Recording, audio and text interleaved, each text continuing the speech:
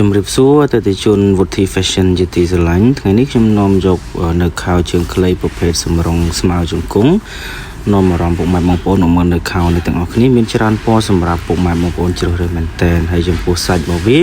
គឺខាងខ្ញុំធានាជូនជាប្រភេទសាច់អីវ៉ាន់លេខ1តែម្ដងណា brand របស់វាគឺជា brand កពើឬក៏យើងហៅថា brand Lacoste ចំពោះអីវ៉ាន់នេះខ្ញុំធានាជូនបោកទឹកអត់បែកព្រួយអត់យីអត់ហើរពណ៌អត់ឆ្លក់ពណ៌ទេធានាជូនចំពោះតម្លៃកាន់តែពិសេសតែម្ដងបងអាចមើលនៅក្នុង caption បានណាសម្រាប់បងចង់កំងបងអាចមើលនៅក្នុង Telegram ដែលខ្ញុំបានដាក់នៅខាងលើបងអាច save ជា Telegram ក៏បាន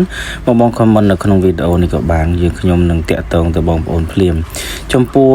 ទំហំខោវិញគឺយើងមានចាប់ពី29 30 31